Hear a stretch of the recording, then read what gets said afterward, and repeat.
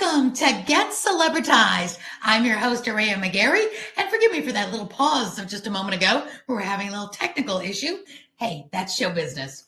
Anyway, I am so glad to be here today with a very special guest, a national news journalist that I have met and gotten to know very well at our Emmy galas and our parties that we do here for our natas and our galas for the Emmy Awards, because he's very established in this industry and he's only 24 years old. So help me welcome the amazing, the incomparable Tyrik Wynn.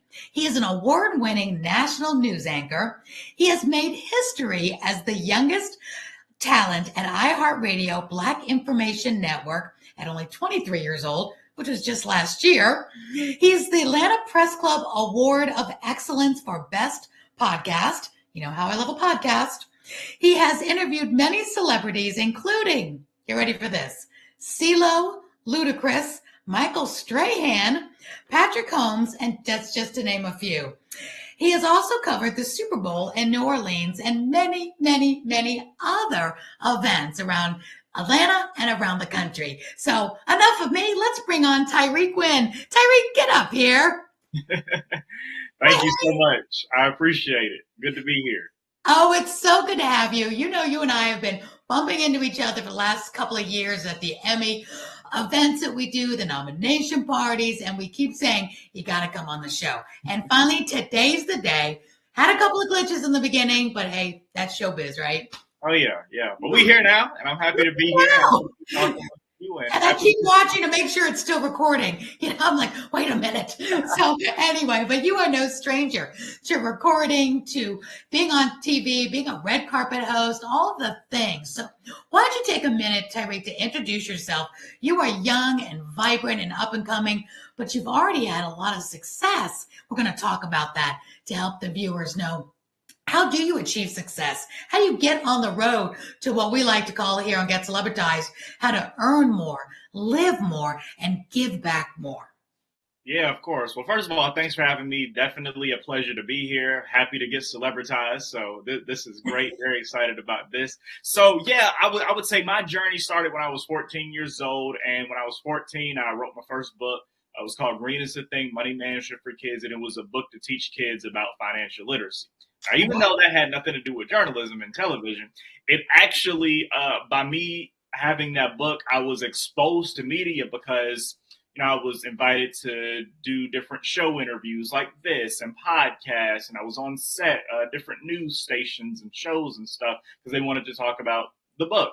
And then also in the midst of that, my mom and my aunt, they were starting their radio show as well. So just being exposed to these things and just started watching TV more. My parents was always watching the news every day. So just a combination of things. I was exposed to this industry and I was like, wow, like I want to do this. So I made up my mind at 16 that I did want to finally do this. So I started a YouTube channel and just went ahead and got started.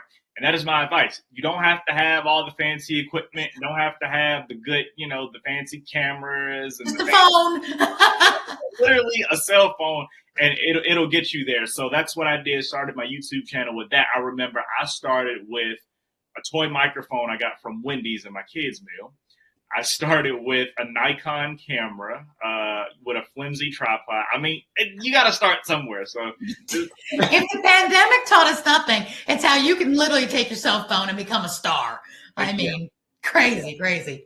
Yeah. So yeah, that's how I got started. So I would say that's my advice, is to definitely just get started. You don't have to have all the answers up front. You don't have to have all the fancy stuff. If you have a dream, go ahead and get started with the resources that you have. And let me tell you, the number one resource we all have is, like you said, the cell phone. We can do so much on this device. We have to use it as a tool. We have to use it for good. Absolutely. And Tyrik, I'm so glad you mentioned that you wrote a book and then it kind of took you on to the next level. It's very similar to my story. You know, I started by writing the book, which then introduced me to all these cool people that gave me the idea to start the TV show that went on to win the Emmy, and it's my whole life. But I didn't know that when I started. Just had the idea, need to write the book. Had no idea where it was going to lead me. So I love that you said that. You started with something, project you felt called to do, and then a whole world opened up to you. So that's point number one. I really want people to take to heart. Start somewhere.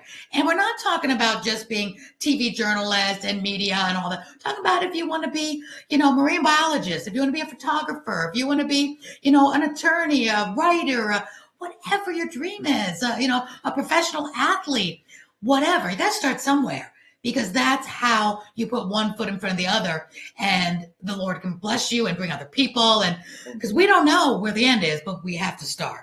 Don't you agree? Of course. Yeah, no, I agree 100%. And it's like and it's always find a way to get that experience too. Even if you are at a young age, I was at a young age. I was in my teens. Hey, you're still young. Let's just be clear. Yeah, I'm still 24. So me too. Yeah.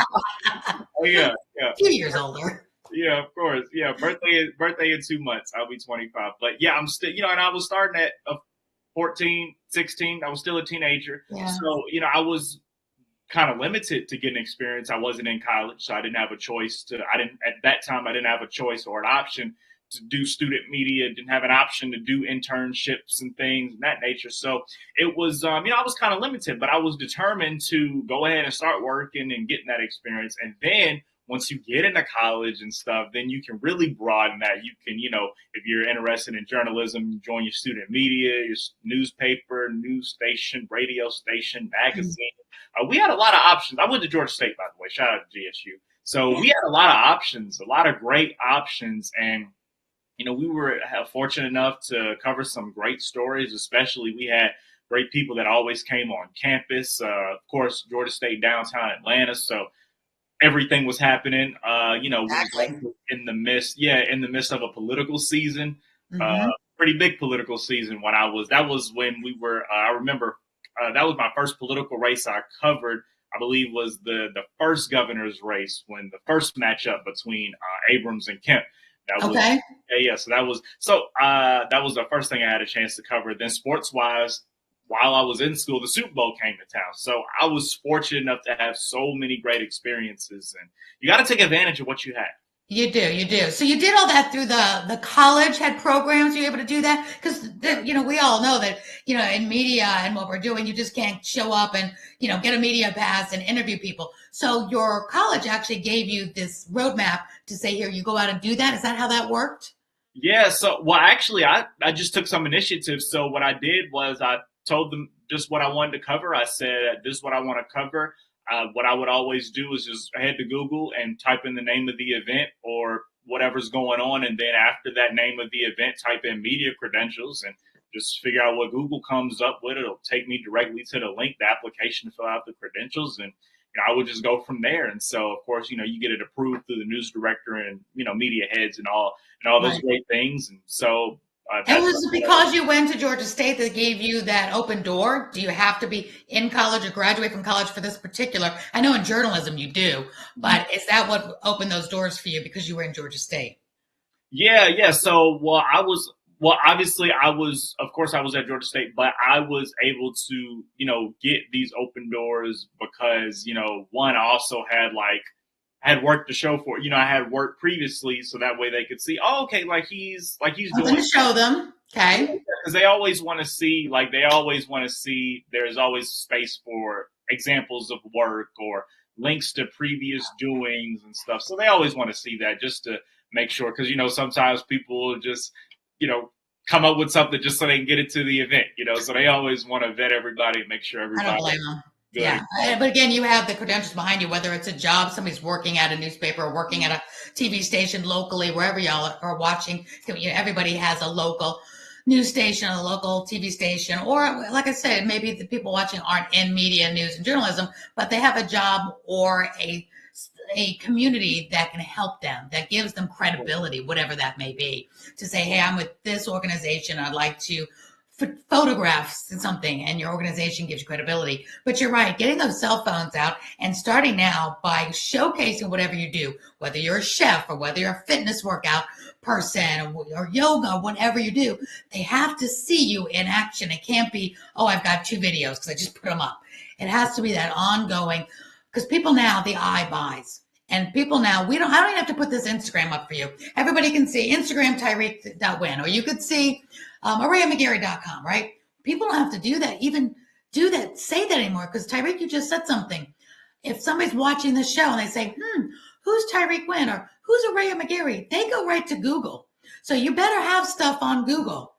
And when I was teaching, some of my clients said, you better have under images, lots of great images of you at events, doing what you do, whatever that may be. What do you say about that? Yeah, it's important to have that good reputation, and it's important to have that stuff on the internet. That's why I always tell people it's important. We got to get posting on social media. Even if you don't like it, we have to post, because this is where people are going to go. They're going to look at your social media. They're going to look at your website. Like you said, they're going to look at Google because they're going to want to know some things, right? Yeah. And so you have to have that good reputation and that good image out online, right? To be, if you're an entrepreneur, people want to know more about your business. If they're interested in working with you, they're probably going to check you out first to see exactly what they're getting into and who they're buying from. So they're going to go to your website. They're going to go to Google. They're going to look at your reviews, right? Yeah. Want to make sure that they're going to get good service and the outcome is going to be good.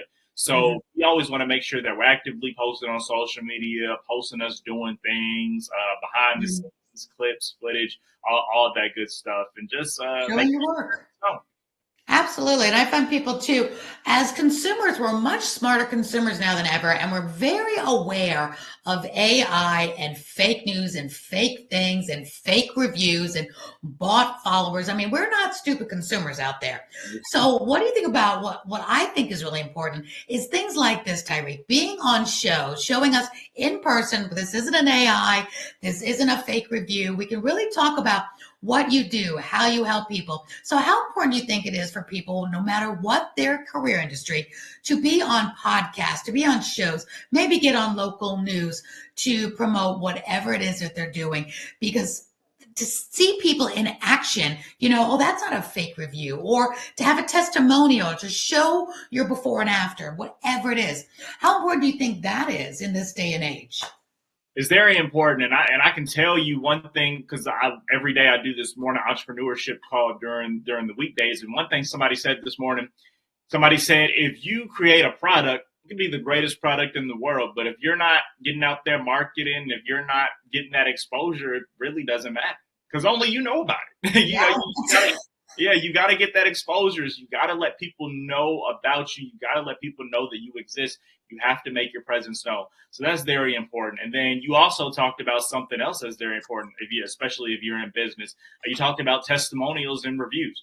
I always say that testimonials are the most profitable way of getting clients, because people want to know that they can trust you. And if people see that other people have used your business, used your services, and they trust you, then they'll be more inclined to trust you as well. Especially when it comes to getting, and that could be a regular person, that could be a big time public figure, whatever the case may be.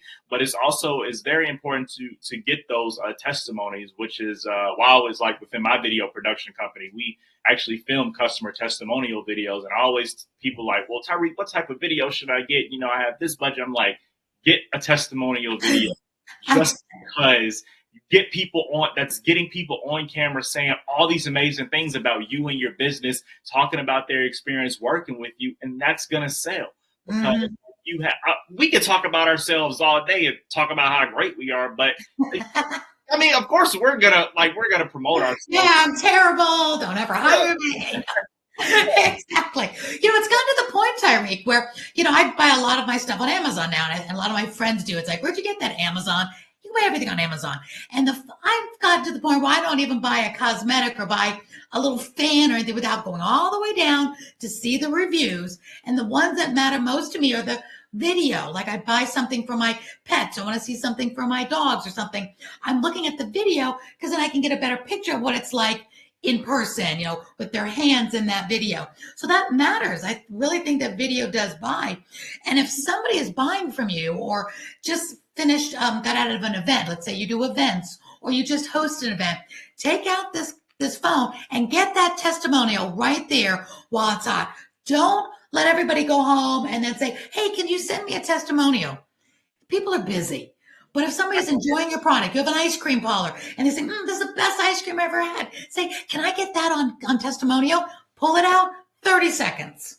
Yeah. What do you think about that? No, I definitely agree. And especially you did bring up a good point. You got to get it right then and there because, like you said, people are busy and you send them a message later that they're probably not going to do it because you should. And they want to, but they don't have time. I get people messaging me all the time for LinkedIn reviews or LinkedIn, recommendations. And you want to, and you read it, but you don't have time to put your thoughts together. So then you forget. And then months go by. You never sent me a recommendation. It's like, oh, I meant to. So in the moment when they're purchasing or buying or experiencing you, get that testimonial. We do a lot of that at the Emmys. At Natus, we're doing a lot. I know we've got, Kareem and our whole social media task force, I should say, that are constantly getting it in action when we're at the events, we're at the nomination parties, we're at the Christmas party, we're taking pictures and videos and posting right then and there. But then we have an archive of ones we're going to post and stream out, the next day, the next week, to keep that excitement going. But we don't go back. Hey, did you like the party? Can you send us a testimonial? Show the party. It makes more sense. Of course. Yeah, that does make a lot of sense. Got to get it right then and there. So tell me this, Tyrik. At 24 years young, almost 25 years young, what is your greatest accomplishment so far that you're the most proud of? And how did you go about accomplishing it? Ooh, wow, that's a great question. I would say, most proudest accomplishment. I would say graduating. Graduating college, just nice. Because, of course, people would expect career and all that stuff. But I would say graduating college debt free. Oh, I remember. How'd you do that? Yeah, that was such a blessing. Definitely we'll get into that as well. So I can say one thing about it was just hearing different stories about. I kept hearing so many adults say, I have $1,000 in student loans. I'm never going to pay this off. And I was like, I didn't want that to be me. And so I was like, I can't have that be me. So what I did was, one, I took it upon myself to go to in-state college, right?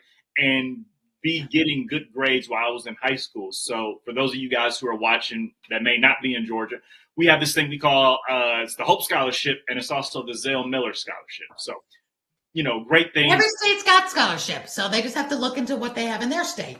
Yeah, because I'm sure it's some other states that have in-state scholarships as well. But that's funded by lottery and stuff. And so it's for students who have 3.0 GPA when they graduate high school, or for Zell, that's for Hope. And then Zell Miller, I think it's like 3.7. Don't quote me on that. I'm not sure what the exact number is, but it's, higher up there. And so I was fortunate enough to be able to graduate with that 3.0 GPA or higher when I left high school. So that's 80% of my tuition, right?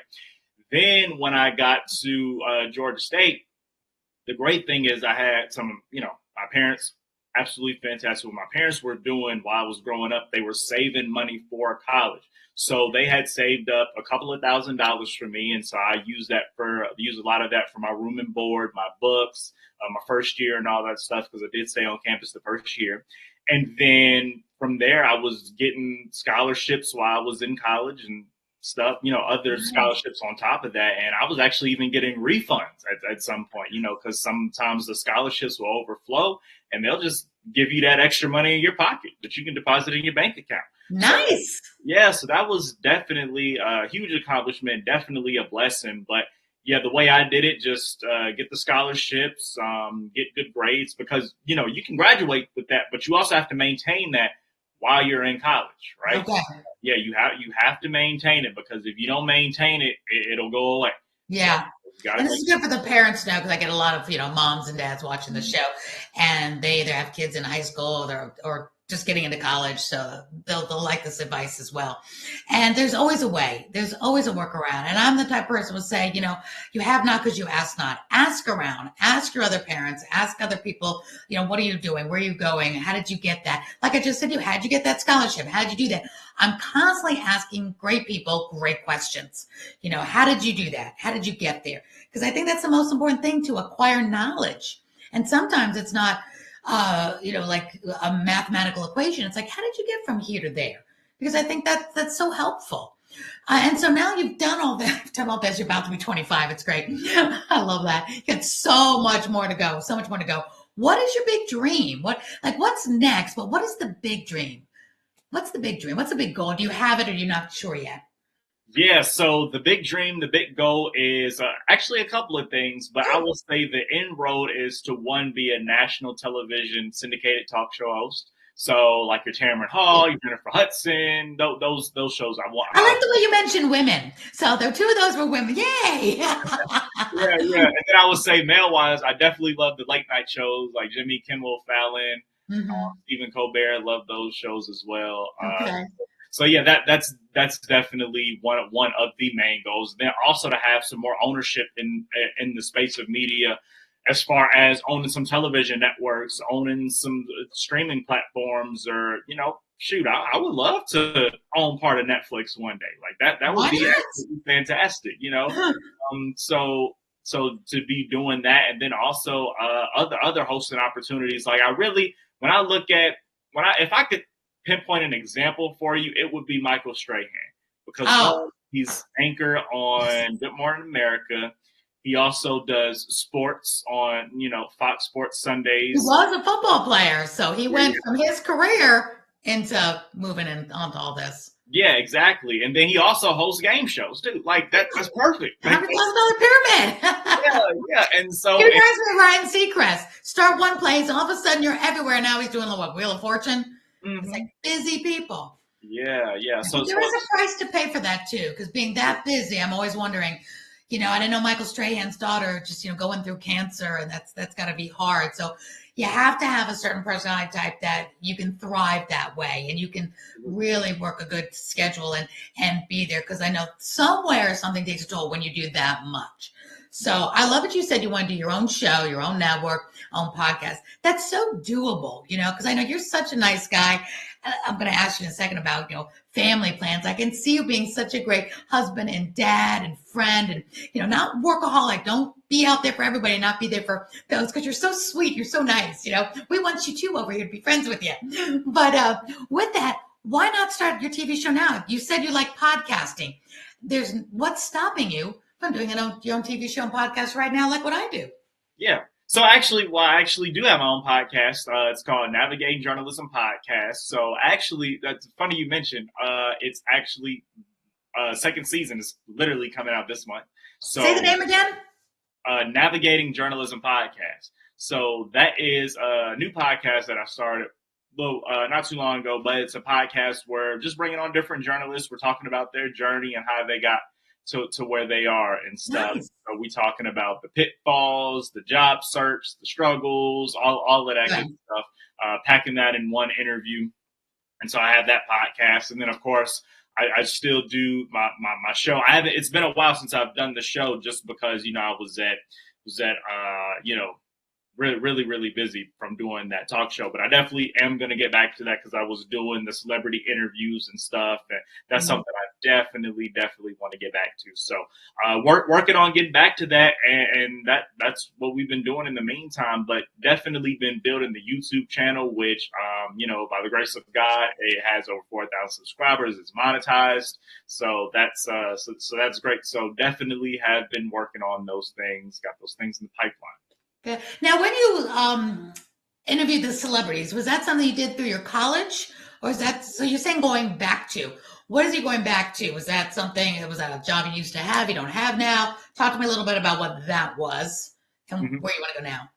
Yeah, so I was a teenager when I started doing the celebrity interviews. So I remember the way I did it. I just created the show, and it was called Tyrik on the Move. And so I just created that show. I would reach out to the celebrities. I would just go on their Instagram accounts, click the email tab, send an email. Usually leads them to their publicist, their manager, their assistant, whoever handles their bookings and stuff. So I would just send an email, and I remember one time I said I'm going to send 100 emails, and I said I'll probably get yeses from about 10. Because they have busy schedules. They're crazy. Yeah. So I did that, and I just started getting them, and so I really did a whole bunch. I will tell you, the pandemic. Of course, the pandemic was sad and very unfortunate, but nobody was doing anything. Nobody. Yeah, that was a good time for that. Yeah, so the celebrities were available to do Zoom interviews, virtual, all those great things. So I was able to capture those and stuff, and then once I went to iHeartRadio, I'm no longer there anymore because I, did my 2 years there. But once I was there, I was getting great interviews every single week. I had amazing relationships. I still have amazing relationships with a lot of the publicists, and they were always bringing me their celebrity clients. Were you an intern? No, I was a news anchor there. Nice. And give the viewers a piece of advice how you got that job, because that's kind of a dream job. And again, you were what, a teenager? So yeah, this is really good stuff. Yeah. I was a teenager when I started the YouTube channel and the show. I was 23 when I got to iHeartRadio. Okay, still young. Yeah, of course. So Wonderful. the way I got that is I put out this thing for those of you all who aren't in journalism, but we call it the Anchor Reporter Reel. So what that is it's a montage of your clips of you on TV doing different stories, doing different interviews and things of that nature. So what I did was I put my Anchor Reporter Reel together before I graduated college in May of 2022. So I put my reel out, I think about March. And so I didn't get the call to iHeartRadio until actually October. And so I was actually on the beach in Hawaii on my graduation trip when I got that call. And so the news director reached out and said, I saw your reel. I really like your work. I like the fact that you're young and you've done so many great stories and stuff. And he said the thing that really got him was when Senator Warnock, he was Reverend Warnock at the time, and I did an interview with him because he had just did a speech that sounded like, something might be coming next. He might be campaign. Like he didn't say that, but he said some clues, some context clues. And so I asked him after a speech, I said, hey, Senator Reverend Warnock, based on some things that you said, it sounds like you might be thinking about making a run for office. And then he said, the other journalists are core. You just get right to the point. And so he saw that clip in my reel and he said, that's what made me hire you, because you weren't afraid to ask the questions that needed to be asked. And so I was so grateful for that moment. That's awesome. And that shows, those testimonial reels, those we call them promo reels work. And again, anybody watching or listening, it doesn't have to be TV, media, journalists, whatever you do, you need that, what we used to call a portfolio. If you're a photographer and artist, you have a portfolio. When you're a makeup artist, you have a portfolio before and afters. And nowadays it's gone online. So what do? We're looking for, I swear, my daughter has found more of our hairdressers on Instagram, because you go to Instagram, you look under, Atlanta, you look under, even where we are, and you see all these great hairdressers, but you're seeing the before and afters. And that's so important. That's all they do. We found the most incredible people to this day. My hairdresser, my daughter found on Instagram. You do a great job, because your hair. I do. But that's what people find now. So think about that old-fashioned portfolio we used to have in person. I used to be a makeup artist, have this before and afters. Now it's called Instagram or TikTok, the videos on TikTok. It's such a necessity now, whatever you want to do, to be brave like you have, Tyrik. You went to school for what you wanted to do. You took steps forward. You created yourself. Your YouTube channel, can people find it on your Instagram? Do you have a link to it on your Instagram? Absolutely. Yeah. People can head over to my Instagram, click the link in my bio, and then take you right over there too. Great. Because I wanted to follow you, because social media, help with that is always good. People always want to follow each other on this. But also it's great people to see, this is what he did, and to get some ideas from you. Because I believe if we all share ideas, we'll all be more successful, because there is room at the top for everyone. There is just not one person that is like, the end all be all. Every industry needs lots of people doing lots of things. And now more than ever with social media, there's so many people. I mean, I can go on TikTok right now or Instagram or YouTube and find a million different recipes and ways to cook chicken or make tiramisu or, lose 10 pounds. We don't need one person, because we'll all resonate with different personalities, with different ingredients. We can all do the exact same thing, but none of us are going to do it the exact same way. So the world needs us all to show up. And so I really appreciate you giving us the tips and sharing, being so young, and also doing this, because you're never too young, you're never too old, or anything in between. You're young and already on your way. I didn't even win my Emmy Award until I was 48 and already had cancer. And they already took out my vocal cord nerve, told me never speak again. Then my speaking dreams started coming true. So over, under, around, or through. your dreams can still come true. They might look different than when you were 5, but they can still happen. Just let them happen and put one foot in front of the other towards what you love to do, because you never know. So with that, Tyrik, as we wrap up, you've got a wonderful future ahead. You are so vibrant here in the Atlanta area. Give us a last piece of advice, maybe a great book that people need to read to help them succeed, something that's made a difference to you. Was it a mentor? Was it a program? Was it a workshop? Was it a movie, a TV series? Give us some referrals of things we would either watch, read, take, or people we need to meet to help them believe in themselves and their dreams. Yeah, of course. Well, first of all, thank you so much for having me. It was a pleasure being here. Great talking to you as always. And yeah, I do have a couple of things I do want to share. I can say one organization that has really helped me. Well, actually, a couple of things. One, I talked about college, being at Georgia State, joining those student media programs. I mean, that's when I was able to learn how to be on camera presence, how to speak clearly on camera, how to do interviews, coordinate, ask questions and stuff. So I was able to learn all of those things. And then also want to give a shout out to NABJ, National Association of Black Journalists. I was fortunate enough to be able to be part of that organization as well. I think I joined when I was in college. And so when I joined in college, I joined the national chapter, joined the student chapter there. And so then when I graduated, joined the Atlanta chapter as well. And so when I was part of NABJ, well, I'm still part of NABJ, but I did some amazing programs while I was in college. And 2 of those programs were the NABJ Multimedia Short Course. And then I also did what we call student projects as well. And so that was getting real experience of being in a real newsroom, doing real stories with different interviews and telling, these stories that are actually like, because of course when you're college, you're telling college-based stories, but now we're telling like real stories, like out in the community, getting out in the community and telling stories and doing different interviews and stuff. And so it was just great. And mistakes were made. I remember one issue that I had when I was coming up in media. Well, I'm still coming up in media, but in my very early stages when I first started, I was just super loud.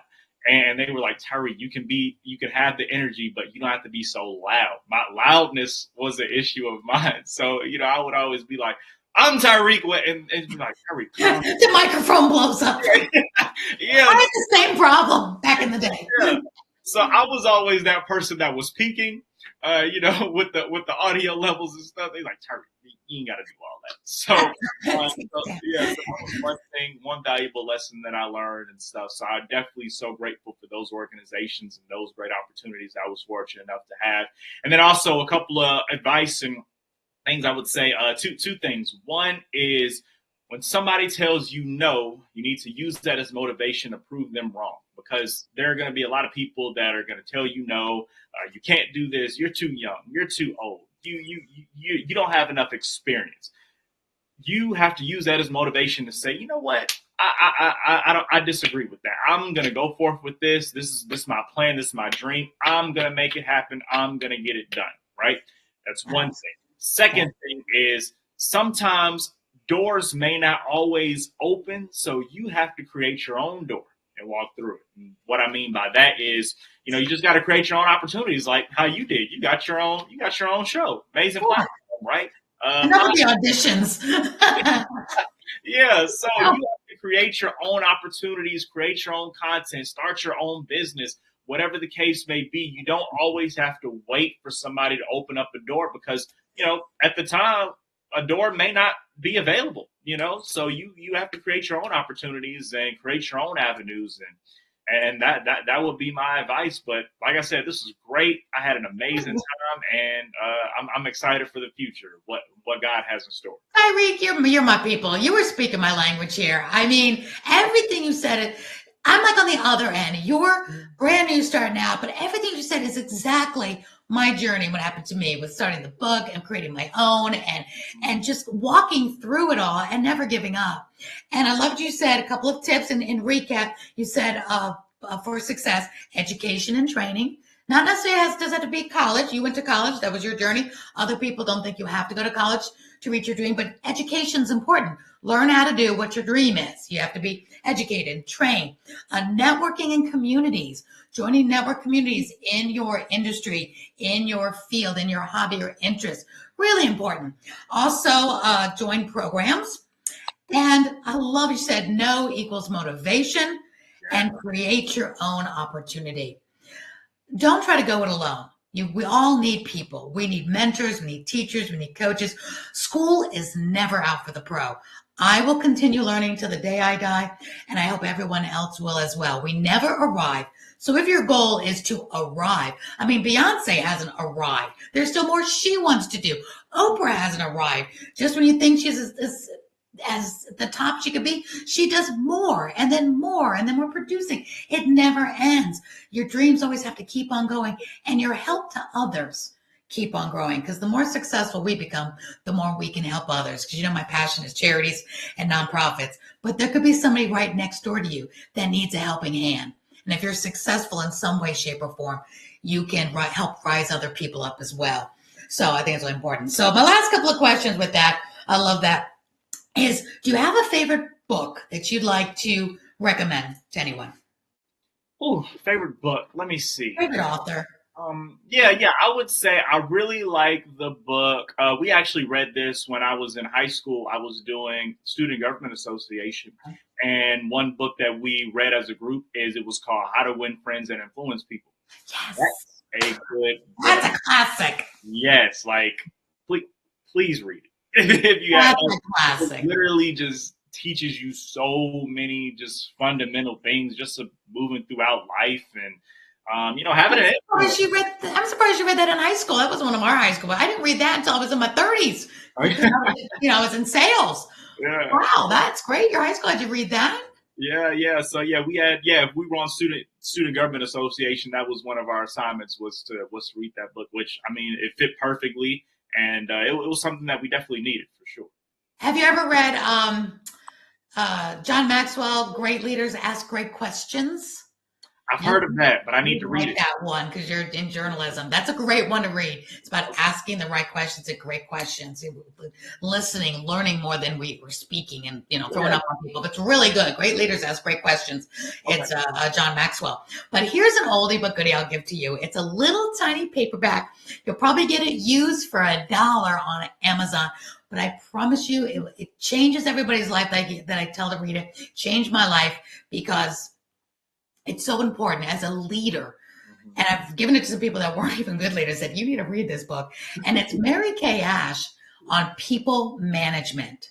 And it's how praising people to success, where if you need to critique somebody, whether they're on your team, they're an employee, or you're a director. I know like Ron Howard is a really great director. He really brings out the best in his actors. That's why he's award-winning and so fun to work with. But you can't go in and do somebody, you need to fix this. And this even works for parents. Fix this, don't do this. No. She came up with this wonderful sandwiching. First, start by what you do well. You really did this really well. Great job. Here's what you can tweak or what needs you fixed, and then sandwich it with another piece of bread. That's another piece of praise. So Mary Kay Ash on people management, you can probably read it in 20 minutes, even less, but it's such an amazing way of life to always address anything you need to be changed with that praise first, fix or critique, and then praise again. So that's just something I love. And lastly, on that, who's one of your favorite celebrities and why? Ooh. Favorite celebrity? And why? Let me see. It would have to be Usher. Usher. We love Usher here in Atlanta. Why? Why Usher? Yeah, I would say Usher just because, one, I grew up listening to his music, and he's my favorite artist, and I just like his vibe, and he's so smooth with it, so I like to call myself smooth as well. And so I've actually met him before. He was great. He was kind. He was real nice. He's an amazing guy. And so got a great voice, great dance moves. And he also has a nonprofit. He has the Inner City Kids nonprofit. Yeah, which I've actually had a chance to. I've spoken to his nonprofit a couple of times as well. My best friend actually works with his nonprofit too. Nice. So yeah, Usher's New Look. Yeah, great charity by the way. But Yeah. yeah, I love the great work that he does. Nonprofit wise and stuff. And I mean, he's just killing it. So You know, that is my guy right there. I love that. I love it. Everybody who's ever listening, watching that don't live in Atlanta. He was one of our own, and he does great work here. And tabloids and stuff. People hear so many bad things about so many people, but then when Usher, we run into Usher. My daughter sings with Usher's singing coach, Jan Smith, and Oh, Jan, yeah. yeah, Jan. My daughter's a singer, and with Justin Bieber's coach and all that. But these are like real people. We see them just like wherever you all live, who is listening and watching. You've got people, local celebrities that influence your life, but you've been able to see in person, and their good works as well. So tabloids aren't always right, as we all know. But yeah, I'm glad you said that. He's a good guy. We like him here in Atlanta area, and we've got so many of our local celebrities here, our news anchors and people in our Emmys. We just love. This is such a great town with great people. And I was brought up in New York City, and show business was doggy dog back then. We're talking the 80s and 90s, even the 70s. But now I find show business here, the movie industry, the TV industry, our newscasters, our Karen Greers and Fred Blankenship and George Estevez, all the great people, all so down to earth, so loving, really care about the communities. The memorial we're doing for Juvita Moore, for the run for brain cancer. Every time we turn around, our news, our journalists, our people at our Atlanta Press Club are doing something to help the community. And I love this area. I love this community. And we don't think of anybody here as celebrities. We think of our community, or they're our neighbors, our sisters and our brothers. And it just happens people like the Ushers and the other people that are from this area kind of fall into that as community. And we get to know them better. So thank you for saying that. I truly would love to meet Dolly Parton one day. She's so philanthropic.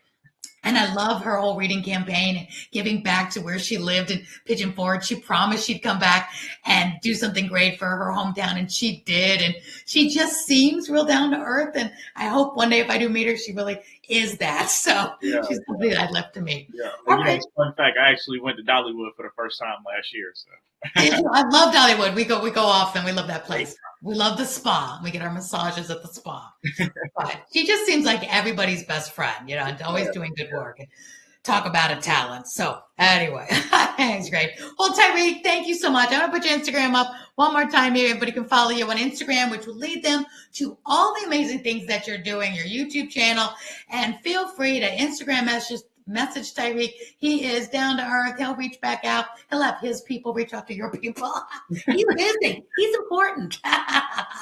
Tyrik, thank you so much. I know that an Emmy is in your future. Don't stop. Keep on going. I know I'll see you at the gala this year, as always, because it wouldn't be the same without you being there. We'll have some fun and watch for us, because we'll do some social media and we'll be behind the scenes at the Emmys this year, because I know we're going to have a good time doing that. Tyrik, last words. Yeah, last words. Well, one, like I said before, thanks so much for having me. It was great. And yes, definitely claiming that Emmy in the future. I'm claiming it. I'm prophesying it. It's coming by the grace of God. So I definitely appreciate that. And guys, just keep going. Keep going. Keep striving for your dreams. Keep doing what you're doing, and continue to strive for greatness. Absolutely. And I can't wait to check out your show. Hey, we'll have to be on your show too and have some fun. And I know is your podcast on TV as well? Is it a YouTube? Yeah, it's on YouTube. Mm-hmm. Okay, great. So let's check that out. Tyrik, you're wonderful. Thank you. Everybody follow Tyrik. Give him some love. He's amazing. Thank you for being here to help people be inspired, give them hope, and especially at a young age now too. I love that. So people can learn how to earn more, live big, vivacious, juicy lives, and give back more, because you have more to give to others. So thank you, Tyrik. Thank you, everyone. This is Aurea McGarry saying goodbye from me and everyone here at Get Celebritized. Bye, Tyrik. Thank you.